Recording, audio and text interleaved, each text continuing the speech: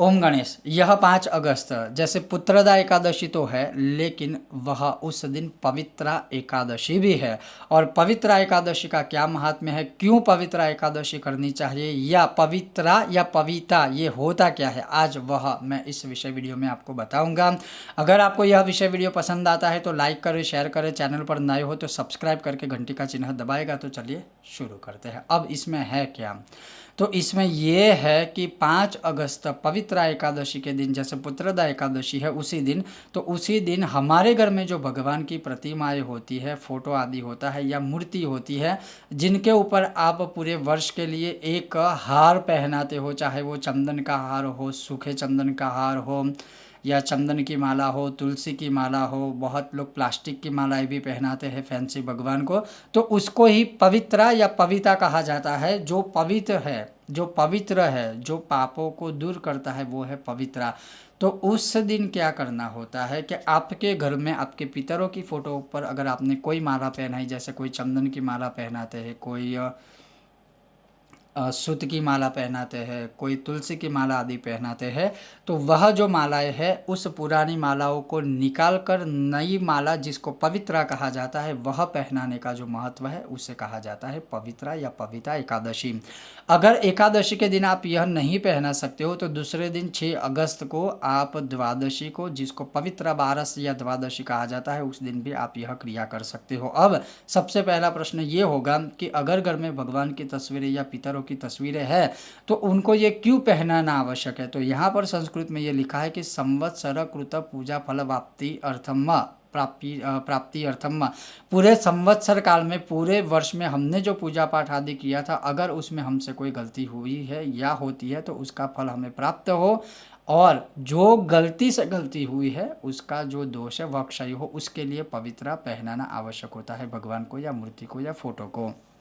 दूसरा कि क्रिया लोप विधानार्थम, अगर हमसे कोई भी पूजा पाठ में कोई किसी भी कर्म का लोप हुआ है, किसी कारणवश हमसे जो पूजा होती है उसमें लोप हुआ है, कम हुआ है या कम की है पूजा, कोई कारणवश, संयोगवश, जानबूझकर नहीं, कोई कारणवश, तो उसका जो है दोष, उससे मुक्ति हेतु। दूसरा है कि सर्वथा सर्वदा विष्णु ममत्वम परमागति है, मेरी गति की प्राप्ति हेतु, विष्णु भगवान की कृपा प्राप्ति हेतु। तो शास्त्रों में ये कथन है, कहने का तात्पर्य कि इस कारणवश पवित्रा अवश्य हमें भगवान को पहनानी चाहिए। अब कैसे पवित्रा या कौन से रंग के पवित्र या पवित्रा भगवान को प्रिय है या कैसे पहना सकते हो, तो वैसे 9 तंतु वाला और उस 9 तंतु में 24 गांठें लगी हो, वह जो पवित्र है या पवित्र है, वह सबसे उत्तम माना गया है। अब जो 9 तंतु है, मतलब जो 9 धागे होते हैं, उसमें यहाँ पर तो प्रयोग किया गया है कि कपास के सूत के धागे, लेकिन देश काल के अनुसार अभी रेडी मिल भी रहे हैं, तो उस हिसाब से आप उसका आचरण कर सकते हो। तो 9 तंतु वाला और 24 गांठों वाला भगवान की जो मूर्ति है उस साइज के अनुसार भगवान के घुटनों तक जो पवित्र या हार होता है वह सबसे उत्तम माना गया है। फिर उसके आगे जैसे जैसे मूर्ति के साइज़ या फोटो की साइज़ होती है उसके अकॉर्डिंग आप चल सकते हो, वह मध्यम या अधोगति के अनुसार माना गया है शास्त्रों के अनुसार।